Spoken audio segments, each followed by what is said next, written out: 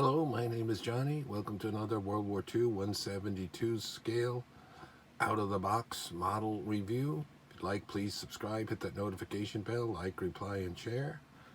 We've got a nice infantry set here with repeats on the poses by the brand Mars. I've had some of their sets before. They make some unusual poses and different things, and it makes up for the quality of the figure is kind of soft.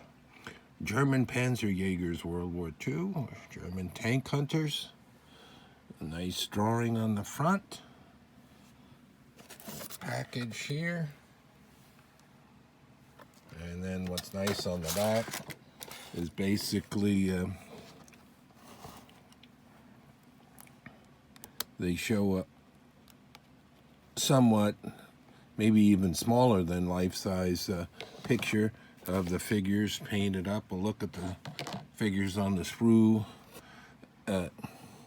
in a moment, but let's look at how they do it. Hopefully I can paint them almost as well as you see here. They've got a nice camouflage on the capes and the outfits. This one's neat. He's got a cluster grenade right there. This one's holding some teller mines. This one, I really wanted to get the kit for this one. He's actually planting the teller mine. You can see the little shovel in his hand. He's got his little poncho. And then here's probably a commander. That might be a small binocular. And he's got the over-the-shoulder Panzer Shrek, which means tank terror. It's like our bazooka, except it was a larger shell. And our bazooka, I believe, was kind of copied after that. And here he is holding that. The strap. We'll see if the strap is there in the thing. And this one he's putting on, you call a sticky bomb or an ATM or a half-holdung. It's hard to see there, but it's an anti-tank magnetic mine. Look at the size of this and how they did that paint job. I don't know what the tan and the green and the black fleck. I'll do my best. I've done some SS camouflage outfits, and they come out sort of, I guess, my own little style, not quite as nice as this. And here is one holding a Panzerfaust, or tank fist, so that's a disposable weapon, and fires that out and hits the hollow charge shell. And then here's one kneeling down and holding the Panzer Shrek. So some neat weapons. And here we have both of them here. This is the front and the back. Let's take a look here. He does have the strap. Of course, it's for the size of the scale, it obviously can't be as thin as they're showing there. The artwork, and see they have this damn seam on here. It's a soft plastic, and it especially shows up in the helmet when you go to paint them. So you gotta get like a really sharp X-Acto knife to cut that off. And see, there's a little bit there. It also depends on how picky you want to be. You want to do your best. And see, the molding is kind of soft there. There's a folded Schmeiser machine gun on his equipment. And then that one has some flash. We'll look at the back side in a moment. Let's stay looking at this. It almost reminds me of a Bazooka Man's pose, where they always had someone sort of kneeling and then the guy putting in the shell. There's the back here. A lot of equipment to paint. He's got a weapon over the shoulder, and he's firing the Panzerfaust. Here's the bottom look of the guy with the shovel putting in the teller mine. And on these they do give, there's 8 poses, but there's 40 figures, and there's 4 sprues. So there are some duplicate poses, and I believe that's one of them there with the Panzerfaust and the kneeling.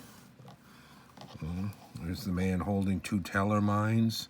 Always like that. I have some loose teller mine as I have made out of metal. And I've attached them. Sometimes you see them on the side of a half track or something.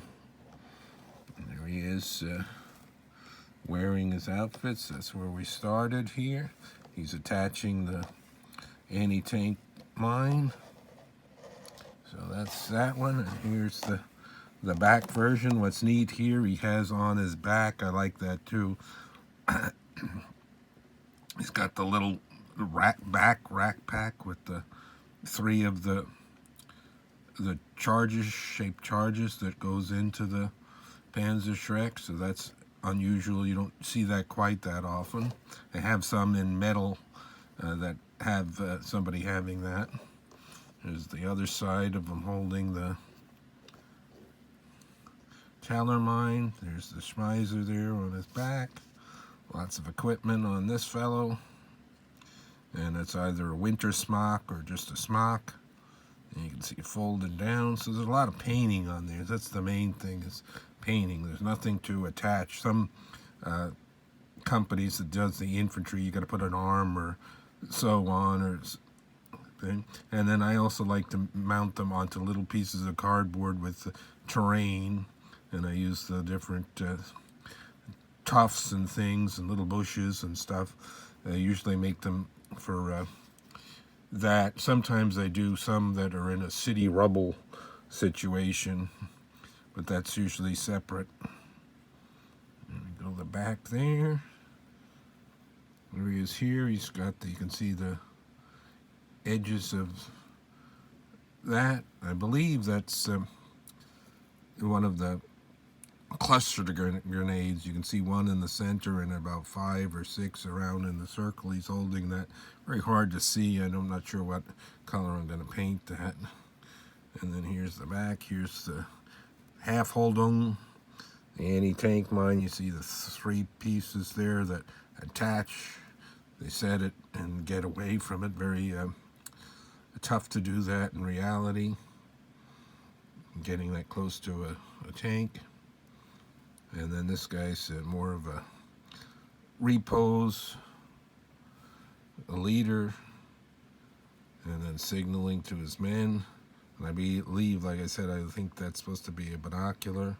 And see, it's got some flash, so there's some trimming that needs to be done on that. And those are more of the same. It just comes in a bag.